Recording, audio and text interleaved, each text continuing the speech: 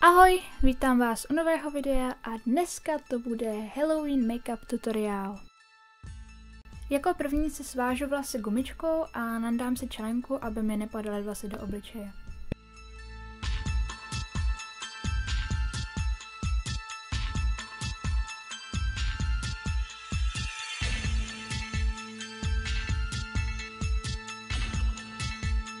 Začnu s barvou na obličeji, která obličej dodá světlejší odstín a takovou nepřirozenou barvu.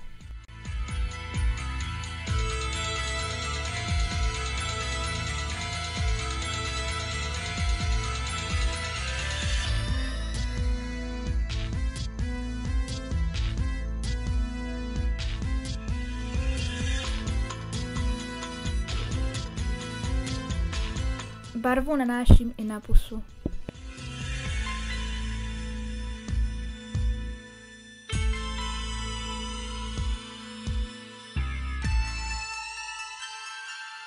Potom si začnu líčit oči. No, líčit spíš tak v uvozovkách. Prostě jen tak bez hlavy nanáším tmavě zelenou a hnědou. A nemám v tom vůbec žádný systém ani nic. Hlavně to musí vypadat co nejvíc nepřirozeně a nenormálně.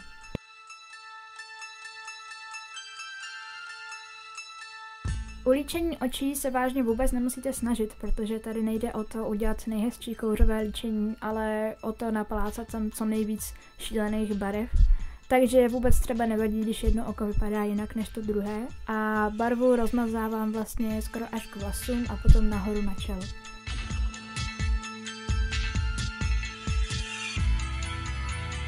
Potom stříbrnýma stínama udělám po obličeji takové malé čárky.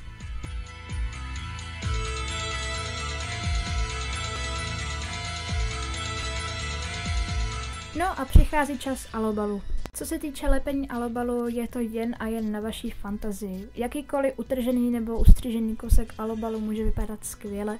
Nejdřív si to vždycky vyzkouším a potom přilepím lepidlem na umělé řasy.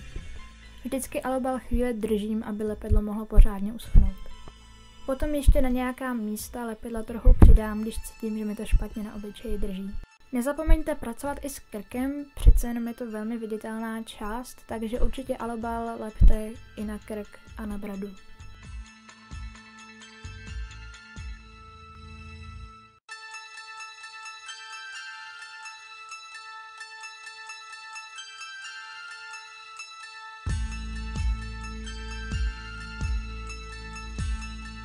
Potom znovu tím tmavě zeleným stínem opisuju kraje alobalu a vytvářím ho tím trošku víc plastičtější.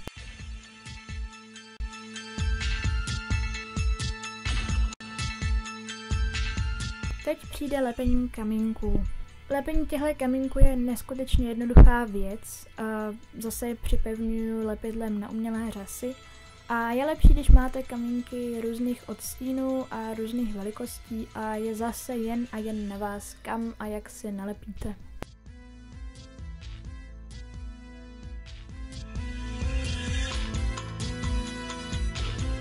Nakonec trochu prstem víc rozmažu ty stříbrné čárky a potom jen lehce zapudruju transparentním pudrem.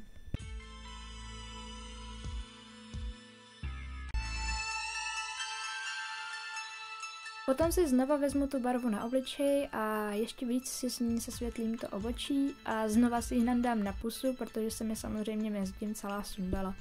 S pusou jsem ale ještě zdaleka neskončila, protože teď znova beru ten nejtmavší zelený stín a štětečkem ho vpracovávám vlastně zevnitř z pusy, aby pusa vypadala víc tak zvláštně. Potom naposledy vezmu ten stříbrný stín a ještě znova zasvětlím své obočí. No a to je vše, co se týče make-upu. A co se týče vlasů, tak začnu s tím, že si je samozřejmě rozpustím. A potom vezmu tupírovací hřebínek a tupíruju. Bohužel moje vlasy nejsou zrovna nejpodajnější, takže s tím tupírováním to nebylo tak lehké. Takže nejvíc jsem natupírovala samozřejmě ofinu. A potom jsem vzala stříbrný sprej, který vlastně skoro vůbec nefungoval, takže skoro není vidět. Ale aspoň pro pocit. A potom jsem vzala skřipec a naprosto ledabyle jsem jenom vlasy vzadu se skřipla čouhala mi z toho spoustu pramínků, ale to tomu právě dodává takový ten šílený výraz. No a máte hotovo, teď už jenom nějaké oblečení sladěné buď do stříbrno, bíla, zelena, nevím, je to na vás podle toho, jaké barvy jste používali.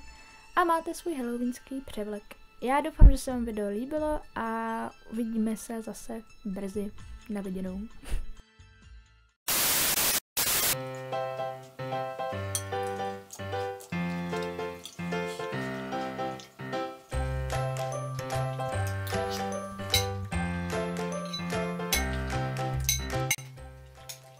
Stejně dejeli s alebelem na obličej. Dost dobrý.